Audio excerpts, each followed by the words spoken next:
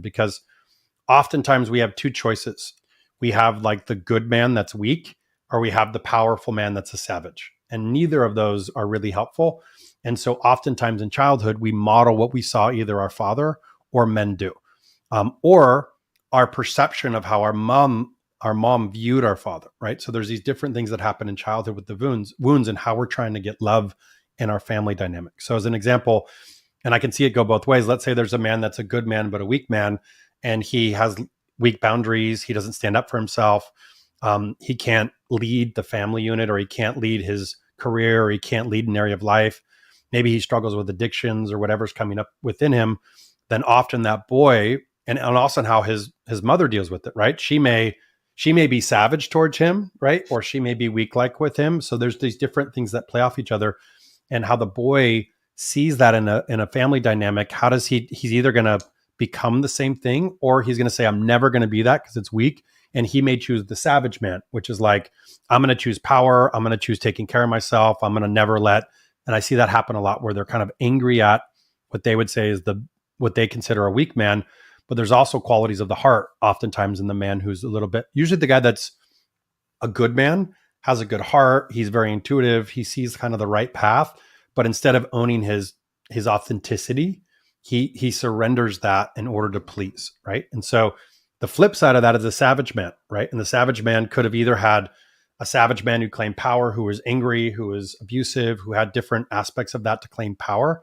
And if it's a boy in a family dynamic, he either has to become more powerful or more angry to actually get love and get connection and fight through that response in childhood, or he flips the other side and becomes the good man who appeases the savage man to try to make that work. So I'm just showing different influences of a boy in his family dynamic, and whether he has a voice or he doesn't. And oftentimes when it comes to parent dynamics, there's codependency, right? Where we're codependent on each other. And so if the man's not strong in the family dynamic, or he leaves, then oftentimes a woman can go to get her needs met from her sons or her boys.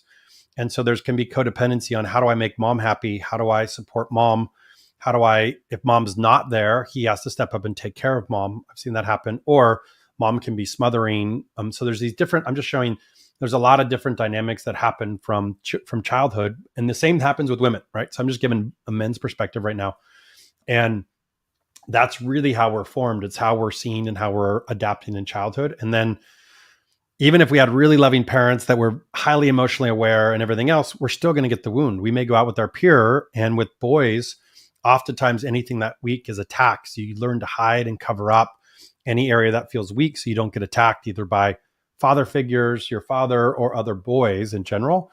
And so that's how most men come into this world, is like, I have to be armored up to survive in this world, or I have to totally shut down and like appease everybody to try to get my needs met, right? So we're trying to survive, and we have these adaptive childhood strategies. So there's big problems with suicide. I think it's the number 2 cause of death under 44.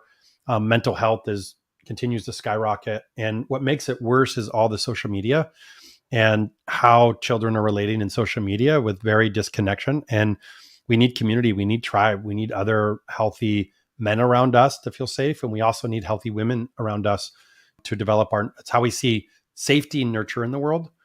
These are the big things. Oftentimes women are learning how to get safety, and they're looking for, let's call it the masculine to get safety, or blaming whether their lack of safety or not safety on women. It's very real because, so that's the problem, is we have social media now that comes online. We have all these different factors that aren't really safe, and we need healthy men, we need healthy women around us to help kind of bring us back into where we need to be. So for me, the root of all this is, what do we need to do? We need to learn how to go through healthy maturity.